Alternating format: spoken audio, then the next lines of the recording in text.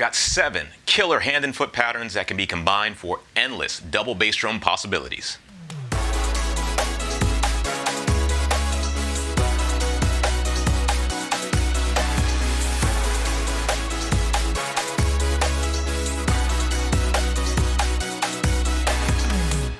Hey, this is Gerald Myles, and I want to help you become a better drummer. If you want to make that happen too, then be sure to hit the red subscribe button and click the bell icon so you get a notification whenever I drop a new video. Today's lesson is the second half of a 2-part series. We'll be taking the 7 hand and foot combinations I taught in part 1 and making them twice as nice by applying them to the double bass pedals. I'll keep the same lesson structure by showing you the full exercise, then breaking down each of the 7 combinations. Later, I'll show you how to turn these killer combos into musical ideas. Your first pro tip of this video comes early, and that is, do not skip part 1, which was released a week earlier. One of the fastest ways to get your double bass skills tight is to work on each foot individually.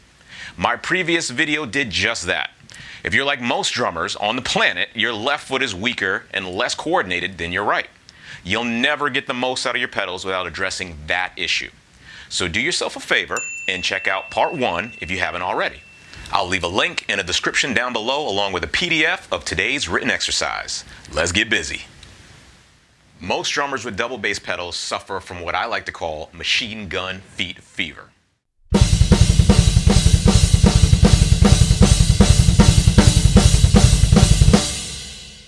Now that's a great skill to have, don't get me wrong. The problem is when that is literally the only thing they can think to do when they put their feet on the pedals.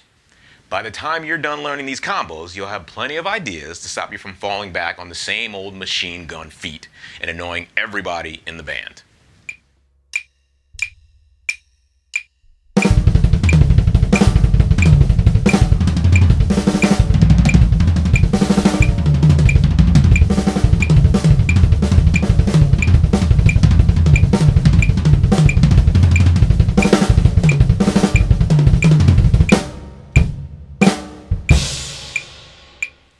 Before I jump into the breakdown, I've got a quick question.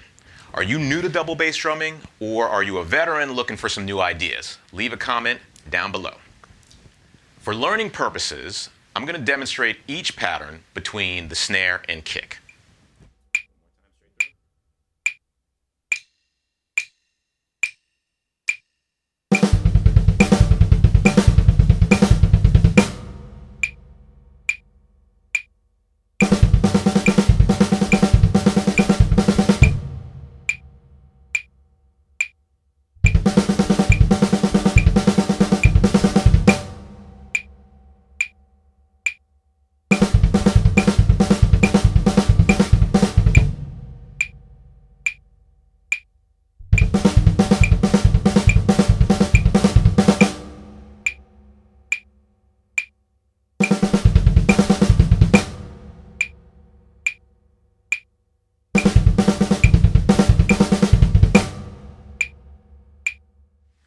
Once you have a good feel for each pattern, it's time to run them all together. As always, take it slow.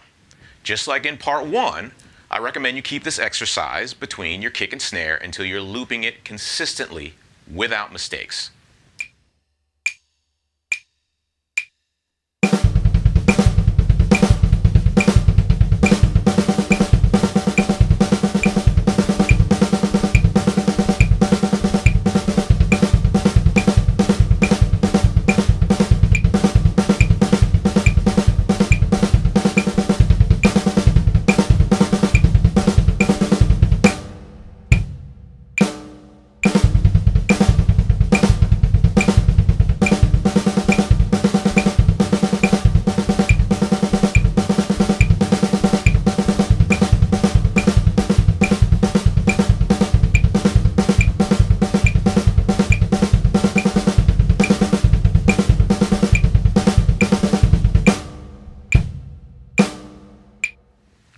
Once you feel you've mastered all the combinations between your kick and snare, you'll be ready to bump up the tempo and move around the kit.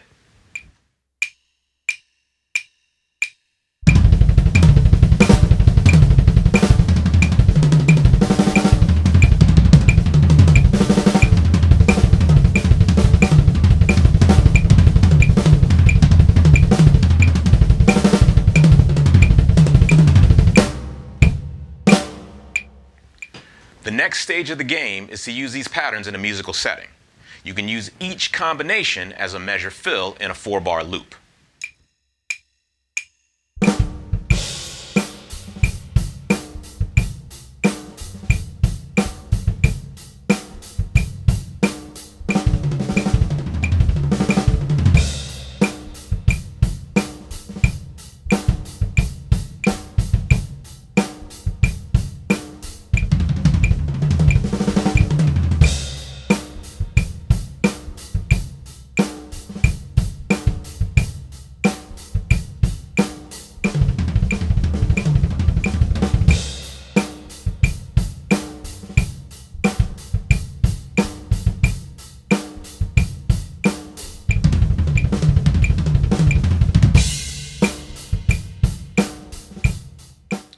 Finally, you can experiment with mixing all of these to get combinations for endless fills and soloing ideas.